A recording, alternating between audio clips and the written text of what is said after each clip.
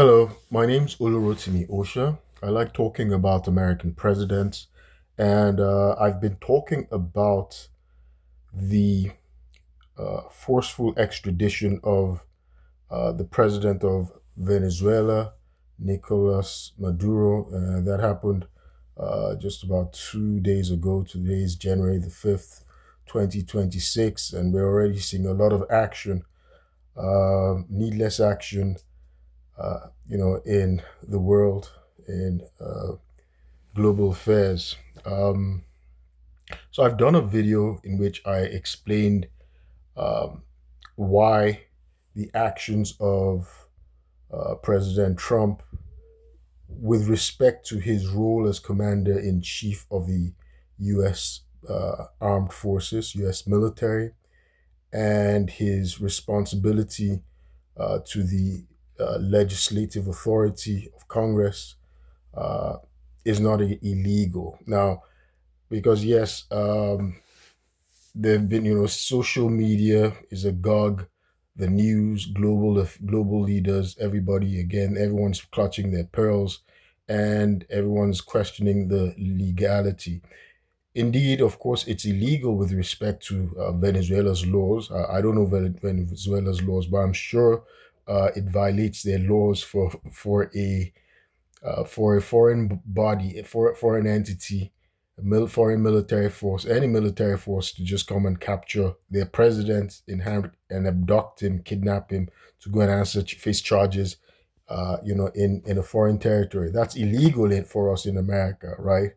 Um, Remember all the immunity that, in fact, the U.S. Supreme Court just recently gave President Donald Trump, just gave all our presidents, and they're immune from prosecution while they're in office, so they're not distracted. And even it's questionable regarding when they leave office as well. So no doubt we did break Venezuelan law, but again, I'm going to do a video, and I'm going to start with this, but I'm going to do a subsequent video explaining the source of laws, right? So laws are not something that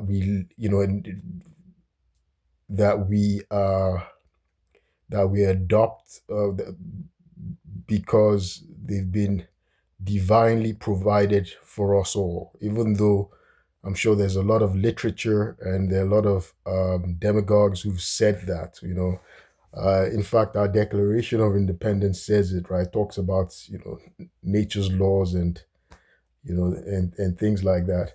And of course, we've had monarchs, kings of England who've said claim to rule by divine rights, but that's not really how things are. There's a legal principle, so I'm going to do a video talking about source of laws, right? And I will address the legality of the illegality of the actions regarding international law. No doubt, President Trump violated international law, but again, international law, is it's a matter of jurisdiction and the ability to enforce it and who is bound by international law, right? Yes, we've bound ourselves to the United Nations Charter, but America created the United Nations, and America is one of the five, um, it's one of the uh, five permanent members of the United Nations Security Council, which is the most powerful body. Those powers have routinely violated United Nations Charter, one of them being Russia. Recently, Russia violated the UN Charter by invading a sovereign nation, and it's done it with impunity, right? That's Russia invading Ukraine. So the five members of the United Nations Permanent Security Council are the United States, there's Russia, there's China, there's the United Kingdom, and then there's France.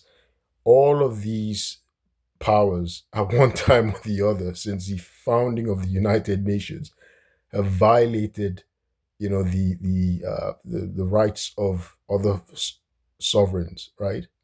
They've all done it, whether it's England, during the Suez Canal crisis and other times. The United States has done it numerous times, of course, and of course now they're doing it with the invasion of Venezuela, even though they don't want to, they're using a legal fiction that was not an invasion. Of course, it was an invasion because they went. That was an invasion. It doesn't matter how short the duration was. Um, it's not an occupation yet. That's like that because I listened uh, to the Secretary of State trying to argue it was not an invasion. It means it's not yet an occupation, but of course they're making plans for an occupation. Um, because if they're going to be extracting Venezuela's oil, they're going to be that would be amount to an occupation. Um, of course, Congress has the ability to pass a law and prevent that. But again, Congress has not shown the will since the Second World War to exercise its role to uh, be the one to declare war or check the powers of the president in actually uh, engaging in war without Congress's authorization, right? Instead, Congress has given some sort of carte blanche through its authorization of use of military force, which presidents have argued authorizes them to engage in some kind of limited, quick, expeditious military action against you know foreign targets. Um, so I was mentioning. Let me quickly say who the five permanent members of the United Nations uh, Security Council are. It's the United States, the United Kingdom, France, Russia, and China. Those are the five members, and those members have they violated. I mean, they at various times they violated you know international law at different times. Today, I'm not going to discuss, the United Nations and source of law. I'm going to do that because that's very interesting. Again, I did international human rights law, which is within international law at Oxford University in the UK. I enjoyed it very much, and I actually did war, peace, and human rights. So this addresses this issue of occupation and respecting the sovereignty of foreign powers and what happens, when there's war, So I'm going to discuss that later on. But today, um, I'm going to talk about the realities of the law, facts on ground. Facts on ground create customary law. Uh, you know, as they say, the law arises from the facts. This has been the case with powers that have military might, or in fact, powers. For instance, I'm originally from Nigeria. I'm an American citizen now, but I'm originally from Nigeria, and I grew up under military dictatorship. So when a military power takes over, right, what they're doing, overthrowing an elected government or an incumbent authority, a constituted authority, is treason. It's an act of treason. So that they're not criminals, the first thing they do is they suspend the constitution, they abrogate those laws, and then they create their own laws, right? And we find that this has been what historically, especially in medieval times, and from the Romans, this is what conquerors have done, right? So uh, facts, the facts on the ground create customary law, right? So that's what I'm going to do. I'm going to try and give um, the reality from Rome, from Julius Caesar to Donald Trump, President Donald Trump in America. Since in America we like to glorify the Romans so much. The Romans were terrible, but again, facts on ground create law. The law arises um, from the facts. So, and there's actually a Latin expression from it. Of course, I started learning Latin, like I said, when I was wrongfully detained, and of course, I enjoy it so much. So The Latin phrase is ex factis jus oritor. That's the facts on the ground creates the law, or the law arises from the facts, right? So, and that's basically that's a principle of realpolitik. I did a video explaining realpolitik. It was a principle, a policy made popular by Otto von Bismarck, who was the chancellor uh, of Germany, right? Germany, I don't know if it was called Bavaria then, but he united Germany in the 19th century, right? Otto von Bismarck. I read his biography. It was in my home when I was a kid. Yeah. So realpolitik, again, I discussed it. I said what realpolitik is. It's not moralistic. I know we tend to think of the law in terms of morally, but it's a policy. It's a policy that's it's cynical in its approach. It's not moralistic. It's not ideological.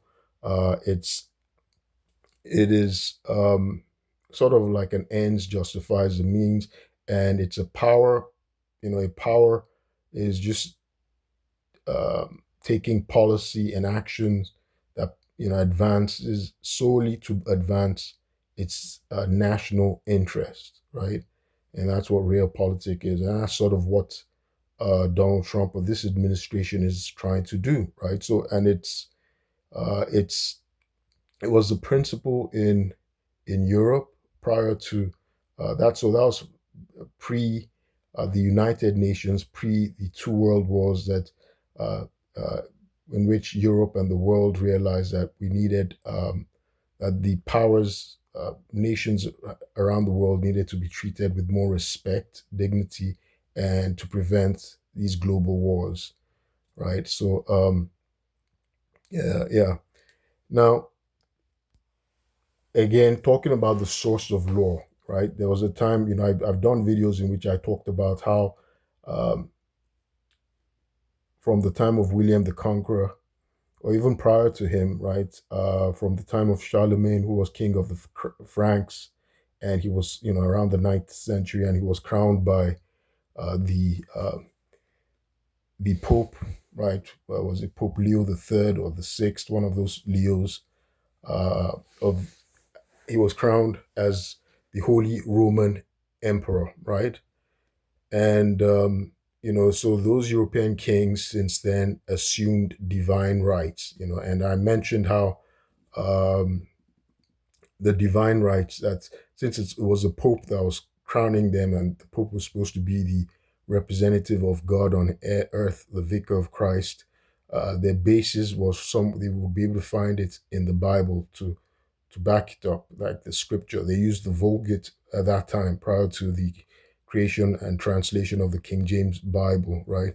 The Catholic Church had, of course, prohibited the translation of the Bible into vernacular at that time. I wish I had my Bible. In a subsequent video, I'll make sure that I have my Bible present, and I'll just quickly read again the source of that. Where they get the quotes in the Bible that kings have. They've been ordained by God, and so um, we see law, right? The source of law. The kings are claiming that they have. So there was a time in England, in Europe, where the source of law was from the king, an absolute ruler. He was the magistrate. He actually was the one who sat at court and made decisions. He was a source of law. And he claimed that he got his own authority from God. And it was a pope who said that, yes, he got his authority from God, right? That was in the Dark Ages and the medieval era. And we got up to the point of the Magna Carta, when there were barons, English barons, right, who had military arms, and they basically held the king hostage, King George. They held him hostage to change the laws, right, to make sure that the king, who at that time claimed to be above the law. In fact, yes, he did act de jure, was above the law, right?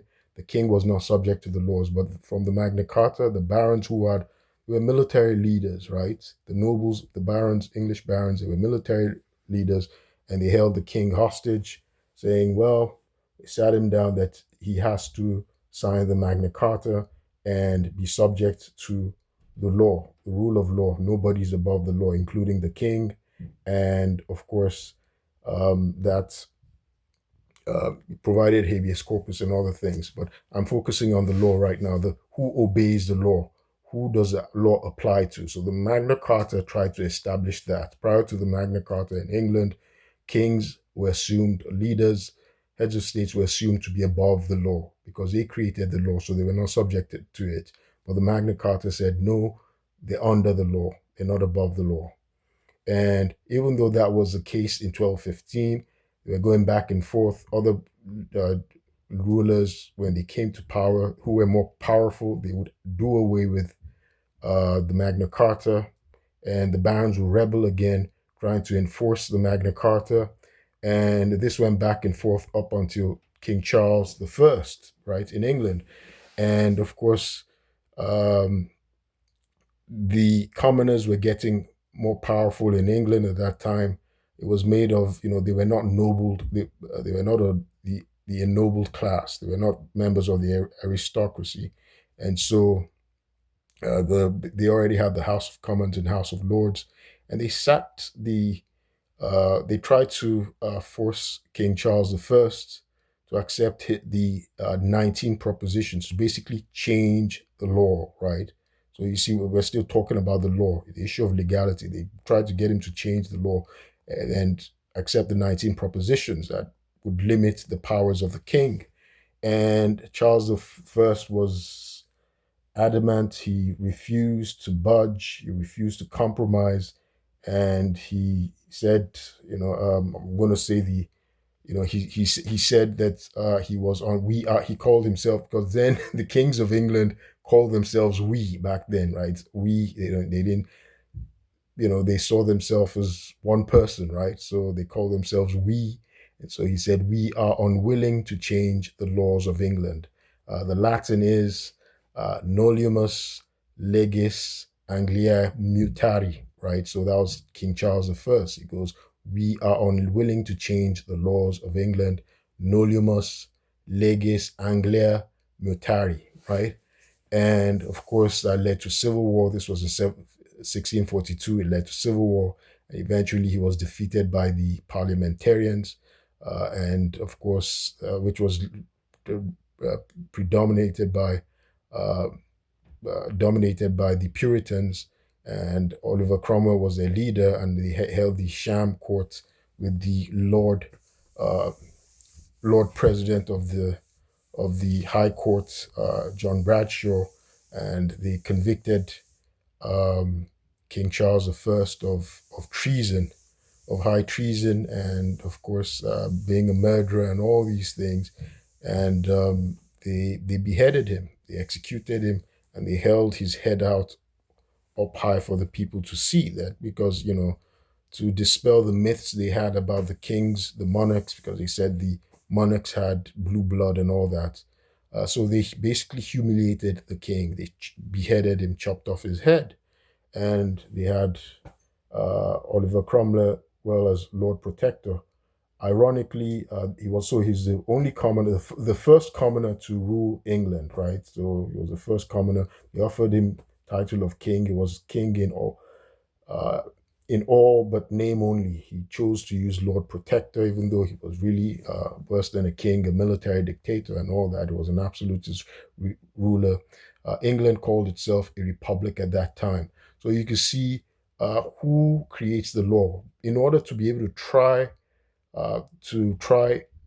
the king, Charles I, one of the things that Parliament had to do was they created laws, um, these emergency laws. So you see the use of emergency, right? When you're trying to do something that's not kosher, like you use emergency, and so you suspend, you do away with the legal process, the normal legal process. So they created an emergency act and made these laws that abolished the monarchy and abolished the House of Lords.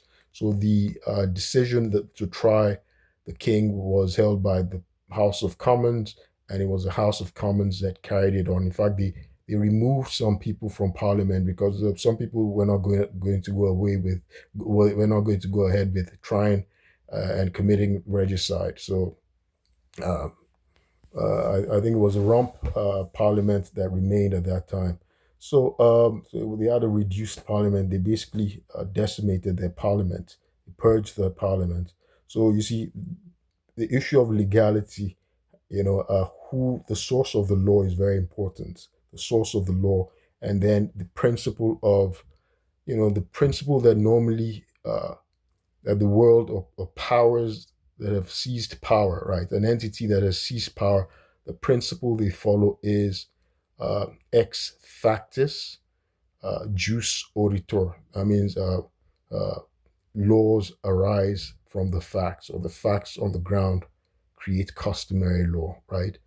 So you don't tell um, an invading, occupying power like the United States, which has the strongest military in the world, right? Venezuela's government cannot tell the United States to submit to their laws, right? That they violated their laws because they don't have the means to enforce that, because the United States can simply destroy them. So the United States is basically doing what happened, um, the facts, how things uh, happened during the medieval and imperialist era, and of course, uh, all the way back to the time of the Romans, right, who were brutal, right? The Romans committed genocide.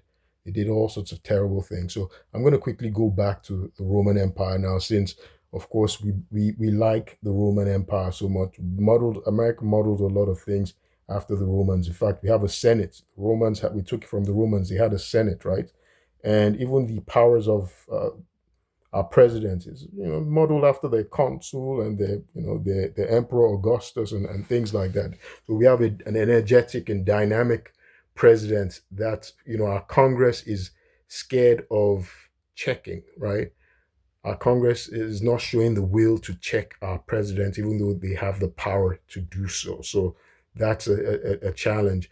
We see in England how Parliament took away the power of the king. The king was an absolute ruler, was the executive, was head of state, head of government. Now, the English Parliament has been able to reduce the president to a ceremonial figure, right? They've removed, if he's no longer the head of government. The Prime Minister of England and cabinet, they're now the heads of government. That's how it is today, right? So our Congress has the ability to do that, to check the power of the president. But no, we like to have an energetic, robust president, right, who is able to act fast, very swiftly.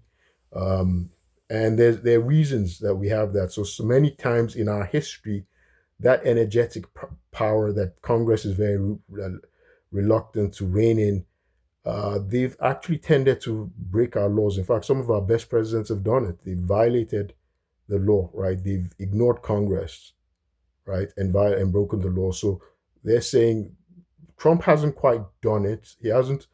They're saying, well, it's Congress's ability to power to declare war, and he didn't go to Congress first. Well, Congress actually gave the president the power to engage in a limited military action, very swift military action, and just so that it doesn't undermine um, the military's tactical advantage. The president doesn't have to go and seek uh, Congress's approval ahead of the action, right? But they have 48 hours after the action to go to, to notify Congress, and they have 90 days to get Congress's authorization. So 90 days haven't expired. So he hasn't broken any law regarding Congress's powers to declare war. So Congress can always check, can tell, the president and the military, order them that no, pass a resolution saying, okay, you need to stop this action, right? So and 90 days is not yet over, and that's from the War Powers Resolution from 1973. And yeah, So, in fact, our best presidents have done things in defiance of Congress. Have overridden Congress many times. Of course, our presidents have the veto power, but they've taken actions without seeking Congress's authorization first. Abraham Lincoln did it during the Civil War when he declared habeas corpus. And fortunately for him, Congress was dominated by the Republicans. And so when because the Republicans, after he already took the actions and Chief Justice Taney was saying, hey, he'd done something unconstitutional. Congress just backed him up and indemnified him. So today, the fact is, the Republican Party, which Donald Trump is the leader of, they dominate Congress. So they're probably going to just indemnify President Trump. He hasn't yet reached the point of breaking the law, right? He hasn't yet done that, so he hasn't yet broken the law. But they can sanction, they can approve him. So again, sanction is a contronym, can mean two different opposite things. It means approval. It can also mean penalize. I'm using it in terms of approve. They can approve his invasion and let him carry on, occupy Venezuela, right? Because Congress is currently dominated by Republicans, right? And who knows? Um, so now let me go all the way back to the Roman Empire, and I'm going to start with Julius Caesar. At the time of Julius Caesar, right, we know Julius Caesar for conquest, right? He uttered the famous phrase "Veni, vidi, vici." I came, I saw, I conquered, right? And that's actually it's been popularized by Jay Z's rap. I remember I once asked somebody who said that I came, I saw, I conquered, and they said Jay Z. No, it was Jay Z was quoting Julius Caesar. Veni vidi vici. I came, I saw, I conquered. So you can see that's what he was known for, conquest, and that's what the Romans were known for. Romans fought wars for centuries, right? Like the Punic Wars, it fought wars for centuries, and they developed technology. Everybody talks about their Roman technology, but the Roman technology advanced because of their warfaring nature. They're constantly fighting wars, right? And England as well eventually became a technologically advanced nation because they were constantly engaged in wars. Same thing with America, right? Improved our technology, advanced technology because we've been constantly engaging in wars. So Julius Caesar was a consul, right? He was a member of what was called the First Triumvirate. Uh, Initially, he was the weakest member, right? The First Triumvirate was made up of the richest man in Rome. What's his name again? The richest man in Rome. I forget his name right now. And then there was also uh, the the most famous living Roman general of the time, Pompey, who was actually Julius Caesar's son-in-law. Um, Although he was older than Julius Caesar. So the Romans like to arrange these uh, dynastic marriages to solidify their wealth and status. So Julius Caesar married off his only daughter to Pompey, who was Rome's most famous general. And Julius Caesar came from a patrician family, right? Um, and this was the triumvirate were Julius Caesar and Pompey, and the third person was the richest man in Rome. I probably forget him because he died off very quickly. He went to war. He was richest man in Rome who had been financing Julius Caesar. Julius Caesar was the least important, least significant of the three, right? And it's funny that he ended up becoming the most significant, the most famous. He was very ambitious. There's that saying, Caesar's ambition killed him, right? He was a very notoriously ambitious person. Now, Julius Caesar was a consul at some point, and so the Romans had the Republic, right? They'd started off with kings. They had the regal period. This was from the 8th century up to 529 BC when they did away with kings. So the Romans are known to hate kings because the regal period was very terrible for them. So they drove away their kings and then they created a republic ruled by the patrician class. It was a republic, so it was based on wealth, but they now had the era of the Roman Republic. And so they didn't have a king anymore. They didn't have an emperor. Um, so they had the Senate, which we have today. The senatorial class were made up of patricians. That's like the aristocrats, right? The landed aristocrat, the wealthiest people, the dynastic families. And Julius Caesar was one of those families. His family had started declined in wealth and status, but Caesar was a very ambitious person. So in this year, so he at some point he became a consul. So the senatorial class picked a consul. So you can imagine a consul like, so the consul is a magistrate. So magistrates are not like judges as we're thinking of today. Well, actually, so back then, prior to this, to the medieval era, prior to the modern era, I would say the modern era after the 17th century, the American era, which separated government into three branches: the judiciary, the executive, and the legislative lawmaking branch. At one point, the judiciary and the executive were embodied in the same person, right? The same person held both judicial and the executive powers. So the executor, the consul was an executive who had both judicial and executive powers. So the consul was selected by the Senate, right? The Senate selected from amongst them, and they rotated it. So he had limited powers. He didn't have a lot of power, so he had a term limit, like 1 or 2 years, maybe 2 years. It could be a consul for 2 years, right? Max, and it was rotated, right? And so they selected they selected uh, they selected the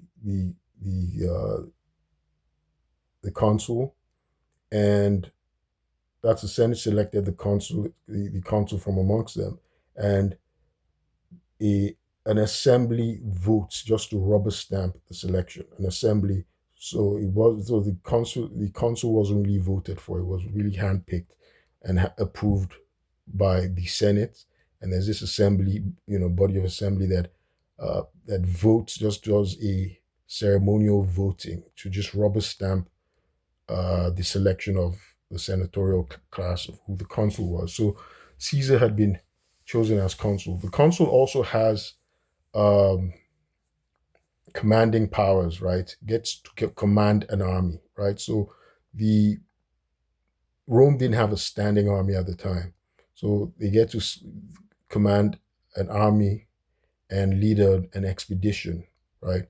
So at this time, Julius Caesar was consul. He went overseas. He was commanding an army, and of course, Caesar is known for his famous conquest of Gaul, his notorious, infamous conquest of Gaul. So Gaul is the area known today as France, modern, the area of France and Germany. That's where Gaul is, and they were always a thorn in the flesh, of the Romans. Right? They were always a problem, for the Romans, constant source of worry for the Romans. There was a time, and they called them barbarians. There was a time that they actually invaded Rome, and they ransacked it, and so it remained very torturous in the memory of Romans, and it always disturbed them, right? So uh, Julius Caesar, who was very ambitious, goes off and he starts to conquer Gaul, and he fights these long wars. And of course, he started to document them. And it was during this time, that he was committing genocide. He talked about killing millions of people, enslaving millions more, and things like that. And he wrote it down because Caesar was a very gifted writer as well. So he liked to praise himself, and he'd write down everything he did. So Caesar was very intelligent, Julius Caesar. And So Senate was hearing of all the atrocities that he was committing, right? Well, before I get to that, let me talk about his conquest of the Arverni people, the Battle of Alesia. So there was a guy called Vercingetorix, right? Vercingetorix was the leader. He was a king, chieftain of the Arverni people in Gaul. He was a Gallic king, and he was very brave, right? He'd been very brave. He'd given Caesar a very difficult time, but eventually, the Romans, who had superior um, military force, conquered them. So he surrendered because Caesar was starving. So he basically was starving their civilian population, their women and children, starving them to death. So it blockaded them. And so their leader decided to just give in, right, to surrender. And he took him as a brave man. But Caesar, you know what he did? Caesar takes this man in chains, takes him back to Rome. Back then, the Romans celebrated something. The generals, victorious generals, was like to celebrate the what was called the like a triumphant entry, right? They had a triumph and they came in. They had a garland on their hand. They wore these, purple, flashy clothes, and they got to hold some kind of mitre or scepter. So they uh, is it the Fista? No, I can't remember the names. I actually did Roman history from village to empire. I did Roman history at Columbia, and I loved it. So yeah, that's why I get to be able to talk about that right now. They call the Fista. Well, it's a Latin phrase. Um, fasti or whatever. Fast. I can't remember it. I apologize. I will mention it after I read up on it and just revive my memory of the Latin term. So they come, they celebrate it with pomp and gallantry. And however, Caesar humiliates the king of, the Gallic king, Vercingetorix, right? And the reason he had him in chains and held him as a parading him, in their Colosseum, their square or whatever, and just like humiliating him in chains, holding him out as a spectacle, and eventually throwing him in a dungeon for 6 years. Eventually, Vercingetorix, the way he was killed, he was garroted, which was a shameful, painful, torturous way to die. So he was garroted, right? And that's like strangulation using the chain or rope, just, it was garroted, right? It was something I think, was it Pizarro, they did in Peru was it against which of the kings? The Spaniards did it to the indigenous kings they found in Peru and in Mexico as well, which was horrible. So the Caesar had Vercingetorix garroted after being made a spectacle of. The reason why I'm mentioning this is that, the media have been circulating, and President Trump first posted it, these humiliating images of Nicolas Maduro.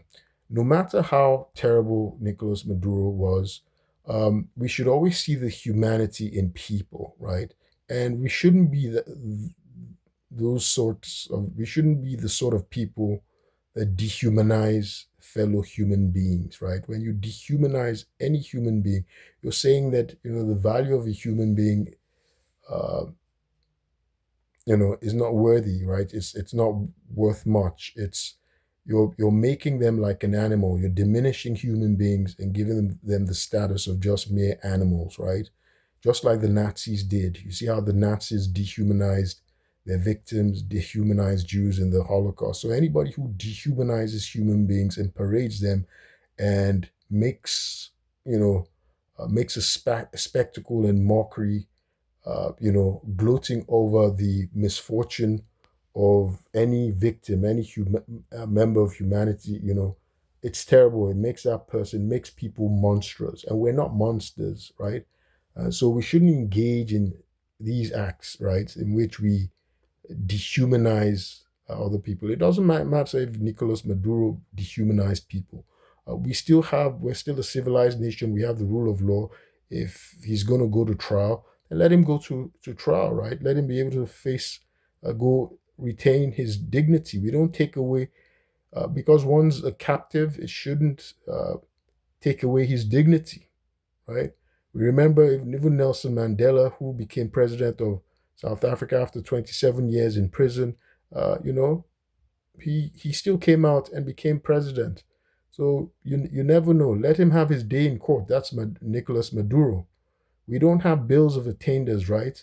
And America is, we're just treading on very precarious grounds right now, and it's we're starting. We don't want to look like Nazi Germany. We don't want to start looking like the Nazis. And the reason why I'm talking about the Roman Empire, how they really were, we don't want to look like the Romans. I think we over glorify the Romans. The Romans were terrible. They were barbaric. They gave us a lot of things later on that were good, right? And that's why I'm trying to show how they got there. They gave us a good civilization, their laws, but there are things that they did that were primitive, that were barbaric, that were ruthless, that were callous, like their constant love of warfare. That was callous. There's nothing good about warfare. If you remember the movie First Blood, right? People going to war, it destroys a number of our soldiers, right? That movie First Blood by Sylvester Stallone, which he did over 40 years ago, about the character John Rambo, right? That was a guy who was mentally ill from having gone to Vietnam. And he became a threat. And look at what he did, right? That was a movie, but this is something many of our soldiers, our veterans actually face. So war is not a good thing, right? And I'm just, I'm going to continue with the story of Rome from Julius Caesar. So he humiliated Vercingetorix, and eventually he was killed, right? He was made a spectacle in Rome and eventually was killed. Now, however, Caesar continued to uh, conquer the rest of Gaul, right? And he committed genocide in Gaul.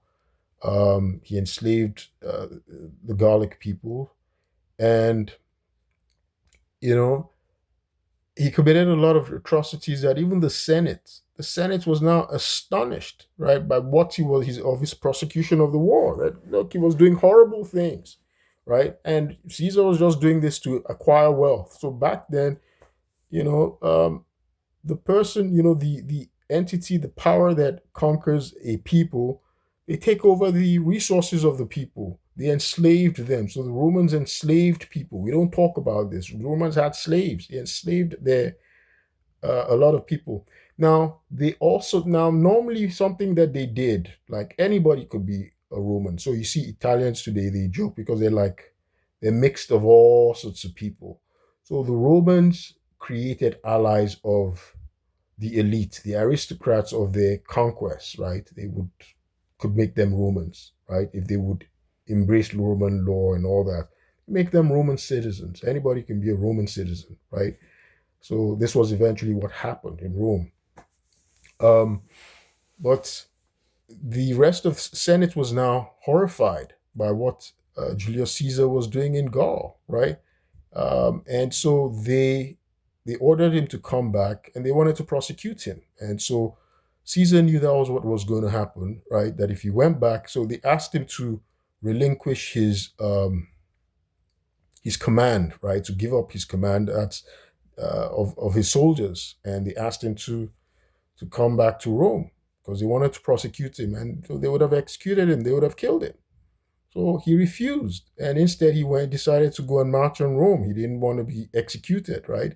Um, and of course, he'd amassed a lot of wealth.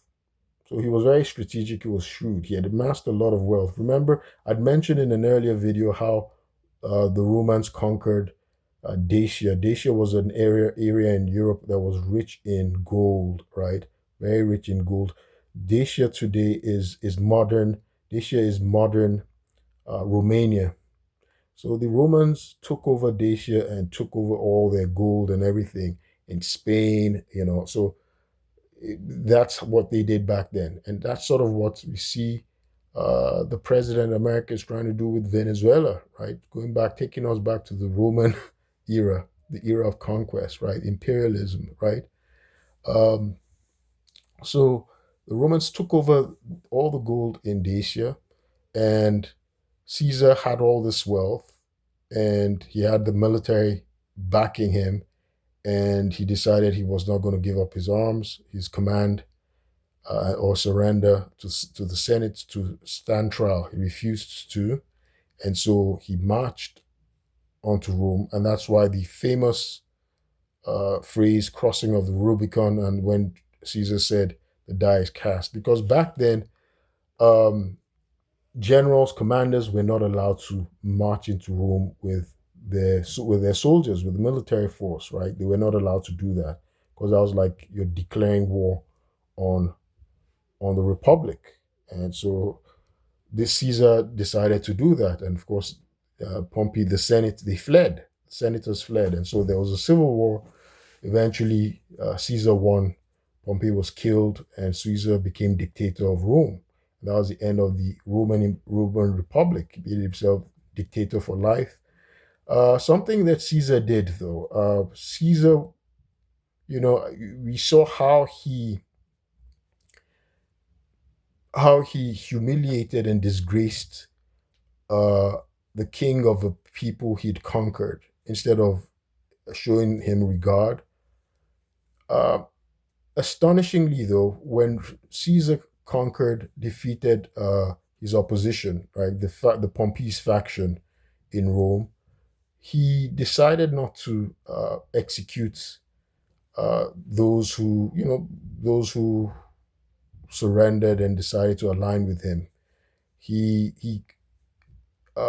pardoned them and even put them in his government. Right, he gave them important government positions. He pardoned them.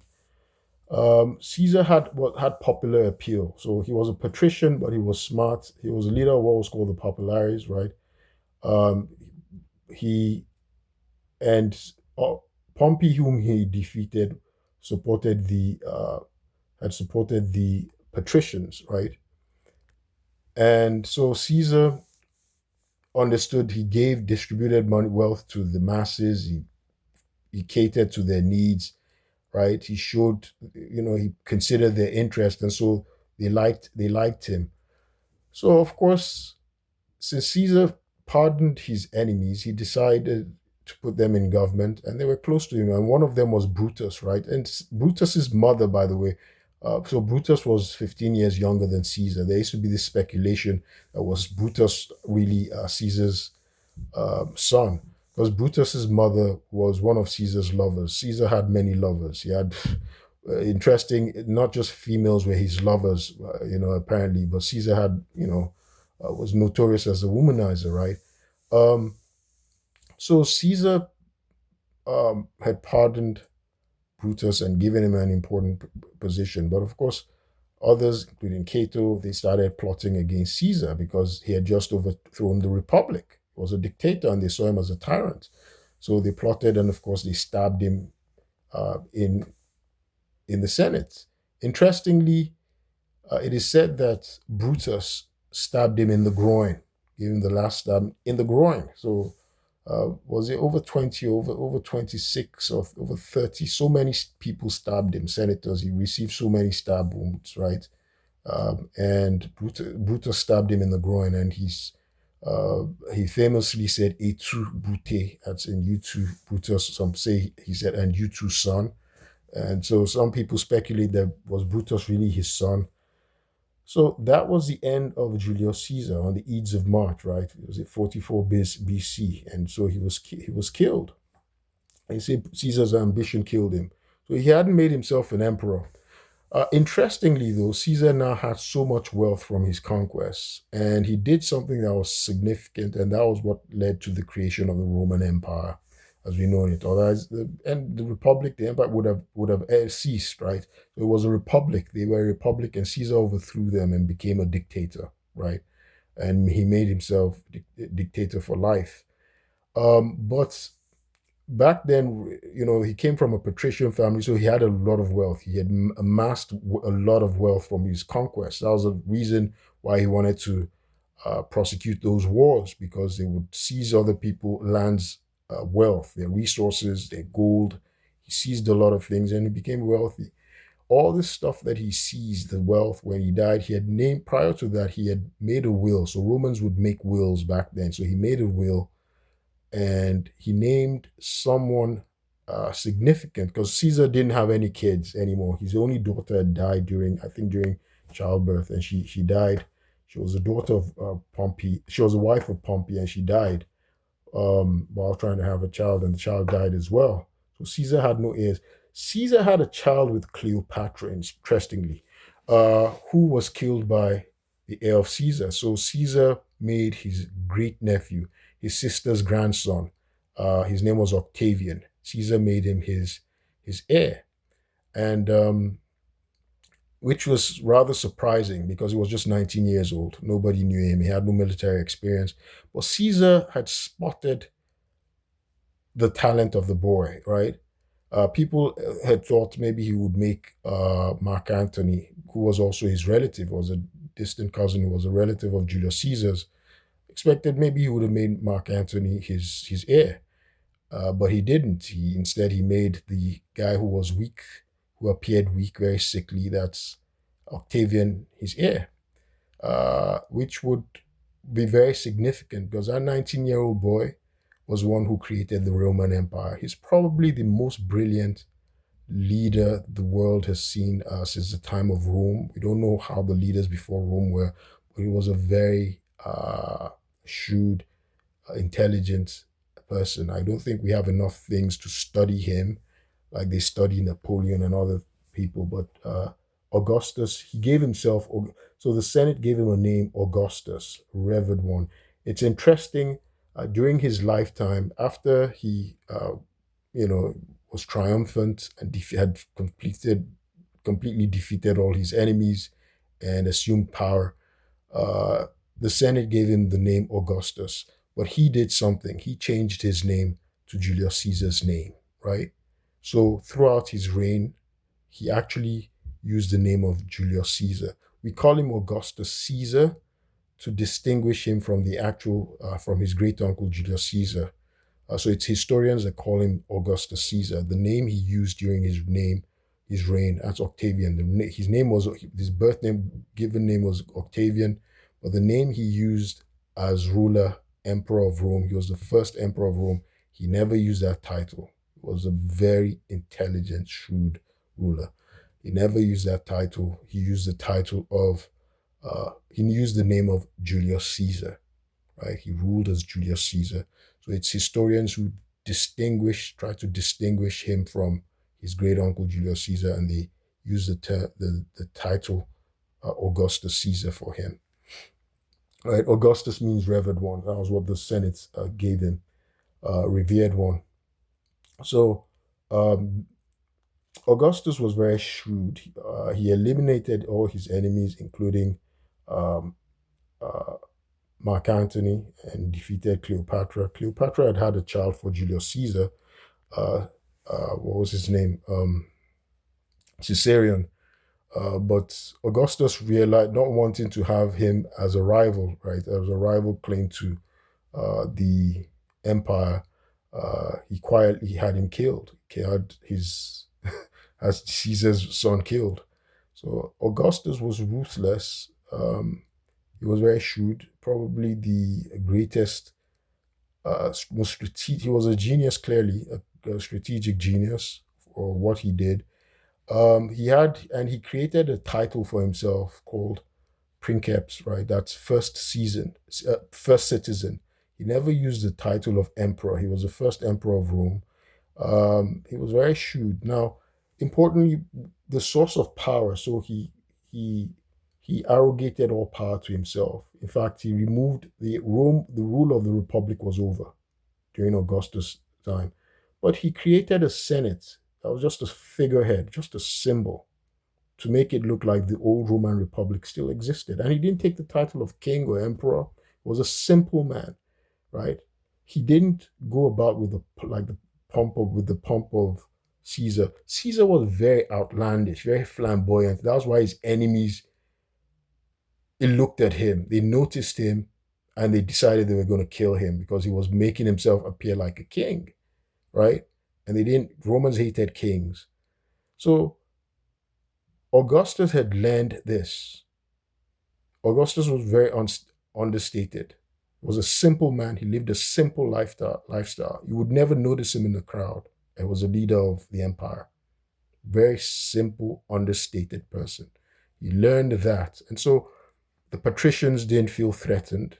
They worked with him, even though he'd taken away all their power, right? Their power was all taken away. All powers now were in the person of Augustus. He represented the state. He had absolute power, right? He was very shrewd. He had absolute power. And he was a master of propaganda. And he deified Julius Caesar. So he deflected attention from himself. He didn't praise himself. He praised his great uncle. He deified him. He made him a king, a god. And then he bore his name out of respect to him. So everybody worshipped and glorified the dead Julius Caesar who could not harm anybody, right? And nobody focused on what Augustus was doing. He ruled Rome for over 40 years, and he's one who created the empire. And its boundaries, its territories were mainly as he had organized it.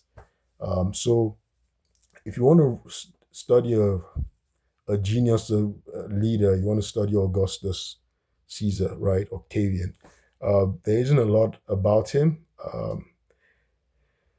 But yeah, he created the Roman Empire, and he was very understated. He didn't show hubris, and maybe our American leaders need to learn about not showing hubris, not putting yourself so much out there, not being flamboyant. Augustus was not flamboyant, so people didn't even couldn't distinguish him. Everybody talks about Julius Caesar, not Augustus, the man who actually created the Roman Empire, who made it stand. The Roman Empire now became what he created, ended up being the longest lived empire, right, in modern history, in history, right? Um, like the Roman Empire lasted for about 1,000 years, right? Um, in fact, it had another iteration, in fact, longer. Some people put its end to about the 15th century. Right? So that means it lasted what? Yeah, over 1,000 years, for a long time. So people want to probably study how Augustus was. Again, that's just for America, which we like to copy the Romans so much, and so. But the Romans did brutal things, right? They did a lot of things. They seized people's lands. They carried on wars for centuries. They had enslaved people. Um, yes, Pax Romana is very famous. Pax Romana is the era of the Roman peace, right? So the Roman peace came as a result of the strength, the undisputed strength of the Romans under Augustus. He created Pax Romana. He ruled Rome for, was it about 50 years, almost 50 years, because he was 19 when he started consolidating power. He didn't have any power then. Mark Antony was stronger than him. There was Lepidus. So they created the Second Triumvirate, but he started gradually eking away at the power of Mark Antony. Gradually, he was a master propagandist, and he destroyed the image of Mark Antony first in Rome, and eventually, gradually, he wasn't a military genius, but he was very fortunate. And there's an element of luck in our lives. He was fortunate that he had a very good childhood friend who was his name was Agrippa. Agrippa was the military genius that helped him win his wars. But Agrippa didn't come from a patrician family. So, in fact, Octavian right. Octavian's father was not a patrician. So patrician. Octavian's father, sorry, his father was not a patrician. Of course, his mother came from the family of Julius Caesar. So maternally, he was patrician. But of course, he followed the line of the father. So his father was not a patrician, but his father was what was called novus homos, a new man. These new men who had started to gain wealth, right, in Rome, but they were not from the patrician class. And so that was and because Caesar adopted him as his heir, he became patrician. Caesar, when Caesar adopted him as his heir and gave him all his wealth, he became a patrician himself. Julius Caesar, that's when Julius Caesar died. But Agrippa was not a member of the patrician class, so he didn't have that influence. He didn't have, so but he was, uh, he was very loyal to, um, he was very loyal to Augustus. In fact, Augustus had Agrippa's son marry his daughter. He tried to make Agrippa's son the emperor, but and Augustus had started thinking of transition. How would the Roman Empire continue? How would it continue? He always it was something that always was preoccupied him. How would it continue? I'm going to stop this video here, and I'll continue with the evolution of the empire. So you see all the conquests. So it's like the Trump administration. America. It's as if we're trying to go into the era of move away from the era of post Second World War, when we had the United Nations Charter and the respect for international law, and we're moving to the era of the conquest of the imperialist Romans, right? And the challenges there. And so again, remember, I'm just going to leave the two things. Where does law come from, right? Where does law come from? There was the King of England who talked about the divine rights of kings, and he said, we are unwilling to change the laws of England. We're not willing to change the laws of England. And the Latin is no legis Angliae mutari, right? And for that, he was beheaded. And Parliament, they created their own new laws, English Parliament. And of course, there's the principle of conquerors, right? The facts create customary law, or the laws arise from the facts. So if you're the most powerful, entity, you're the big bully in the yard that nobody can stand up to, then your word is law, right? And that's, ex factis, so that's ex factis jus oritur, right?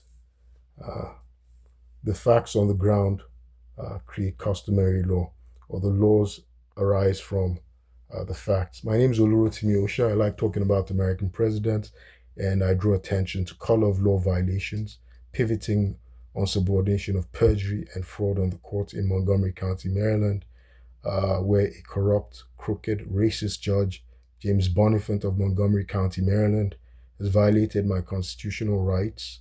Montgomery County police swatted me, fabricated their police reports, and stole my property, committed a robbery under color of law, removed me from my apartment where I was living legally, and fabricated a crisis. That's a swatting. And in order just to obstruct justice, I'd filed a complaint, my constitutional rights, while working as an auditor in the Department of the Navy. I'd filed a complaint that was ongoing. There was an investigation of a Jamie A. Simon who committed misconduct and acts of moral turpitude, and Kirsten Riesbeck.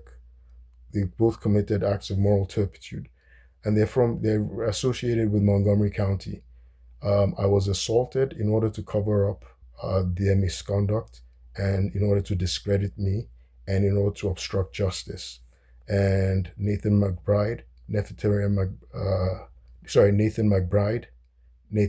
R. Brown, and Donjet L. Gilmore, and Felicia A. Allen, with Pollard, and